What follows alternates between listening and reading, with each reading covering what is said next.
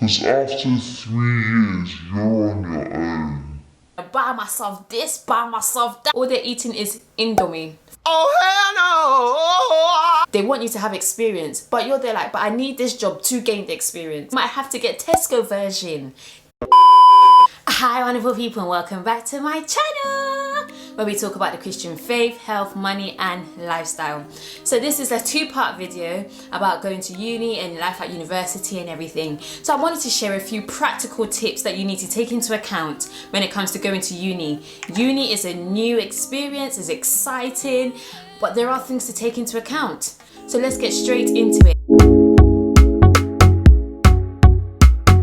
The first thing is, if you're going to be living on campus, it's important to find your way around.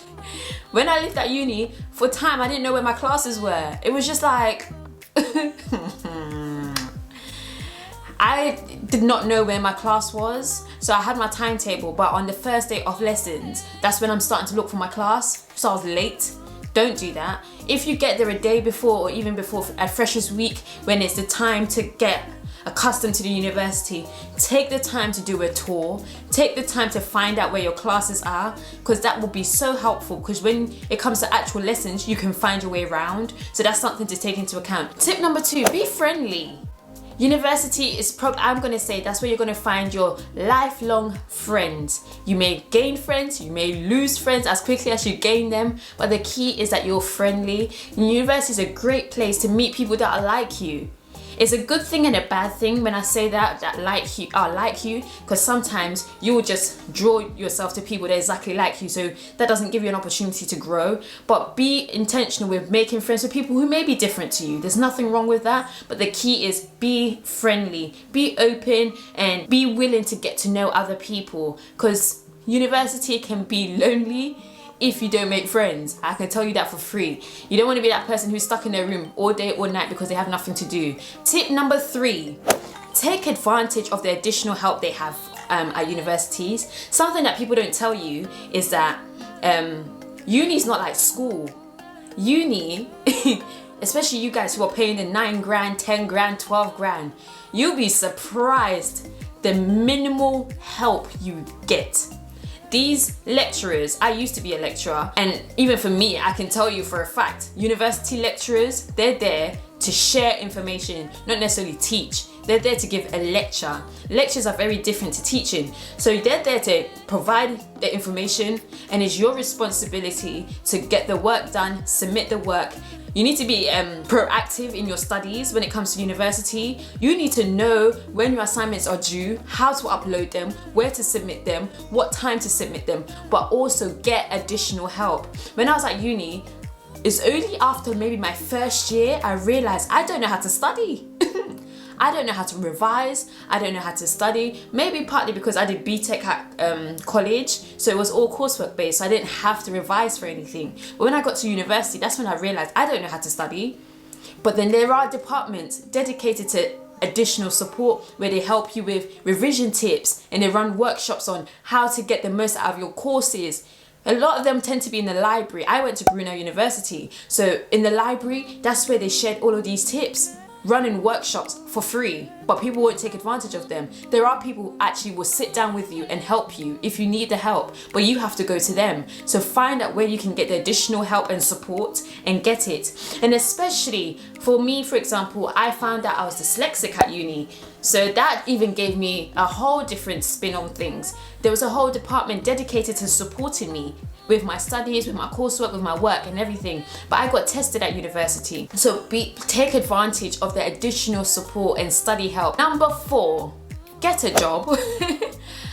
Funny, okay, some courses vary. For example, I studied business studies. So I had actually about 8 hours of actual in-class lectures, and the rest of it was seminars or just get on with your work. So 8 hours out of the week, there's 24 hours in a day. There's about 168 hours. 8 of them are in the classroom, actually sat in a classroom listening to a lecturer. The rest of it, I can do whatever I want with it. Use your time wisely, get a job. I got a job on campus working as a student ambassador.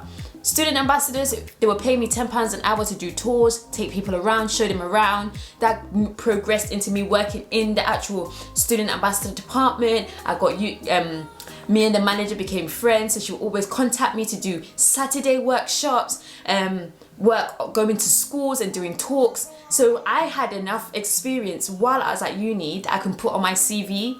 So get a job while you're at uni, because the funny thing is, we live in a world where when it comes to jobs, they want you to have experience, but you're there like, but I need this job to gain the experience. So do what you've got to do to get the experience you can, so you can get your foot into getting a job, because after 3 years, you're on your own. So that's something to think about. The next one, budgeting. So it's all about finances. Some students, yeah. The thing about university is, this is the first time for most people to be living on their own, to have to cook for themselves, to have to manage their own money, and they're not necessarily used to that, which is not unusual. If you've lived at home with your parents, you go into the fridge and the food is there. you go into the cupboard, and if you're peckish, you can find something to eat. You can ask your parents for money. The electric bills are paid for. Everything's covered, so that's what you're used to. It's not a bad thing, it's just what you're used to. But when it comes to university, especially if you're getting student loan or student grants, getting a large sum of money to some people would be like, oh, I'm gonna floss, I'm gonna buy myself this, buy myself that, and then and then 1 month in, all they're eating is Indomie. Oh hell no! For all my Nigerians, hey, Indomie noodles, 25p packs of noodles. Don't be that person. Don't be that person. Just don't be that person eating noodles and boiled egg. Just don't be. So learn to budget in terms of, once you get your finances, calculate how much that needs to go towards your accommodation, how much you can spend on food each week. Go to the supermarket, and sometimes when you're at home, you were used to Frosties, Kellogg's brand. You might have to get Tesco version. Get it. Get it and eat it, and get used to budgeting your finances, because they pay term by term. So whatever money they give you, that's what you need to use to stretch across the whole term. So sit down and actually do a budget. Learn how to calculate your incoming, your outgoings, and your leisure money. Everyone needs leisure money. Put money towards the side to going out with your friends, going out for dinner, doing what you have to do. So these are some practical tips that will help you when you get to university. Let me know what you think, and don't forget to like, share, and subscribe, and put your notification button on. Peace!